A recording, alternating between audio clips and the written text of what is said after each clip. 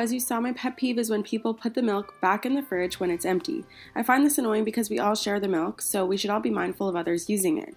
It's not hard to replace the milk, so refusing to do so shows a lack of care and selfishness for the people coming after you who also want to use this resource. Additionally, at the end of the video, I go to my neighbor to see if they can spare any milk, but of course they do not answer the door and therefore do not share their supply with me, someone in need. Looking deeper, this has international implications when we look at the declaration of the United Nations Conference on the Human Environment. The United Nations held a conference in Stockholm in 1972 to outline the following.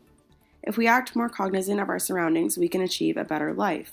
We must work together internationally and act more consciously and wisely when it comes to our resources that we all share so that future generations can also enjoy these resources at the same quality, and then we can maximize all of our living conditions by doing so. The fact that there was no milk left in the fridge when I went to get some, and then when I went to the neighbor's house, means that someone depleted this resource before anyone else could use it.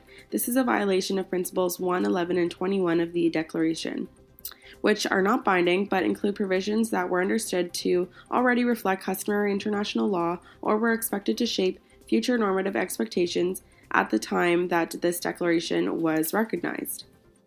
The first principle states that everyone has a right to freedom, equality, and adequate conditions of life in an atmosphere or environment that encourages dignity and well-being, and that everyone has the responsibility to protect and improve the environment for future and present generations.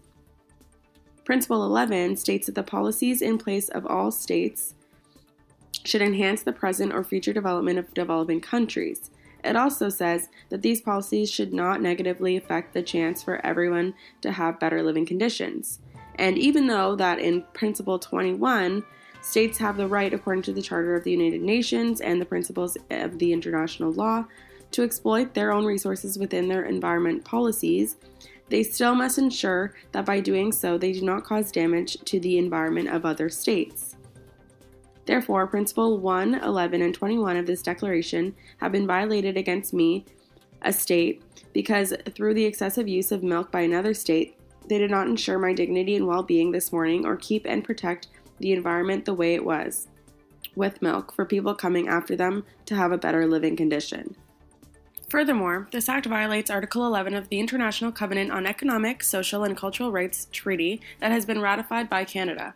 Article 11 says that the states involved in this covenant recognize the right of everyone to an adequate standard of living for himself and his family, including adequate food, clothing, and housing, and to the continuous improvement of living condition. The states also must take the required steps to ensure this right, which includes international cooperation. Therefore, all states or everyone in the House must work together to make sure the improvement of living conditions rather than the hampering of it, which was done when the milk bag was put back in the fridge empty.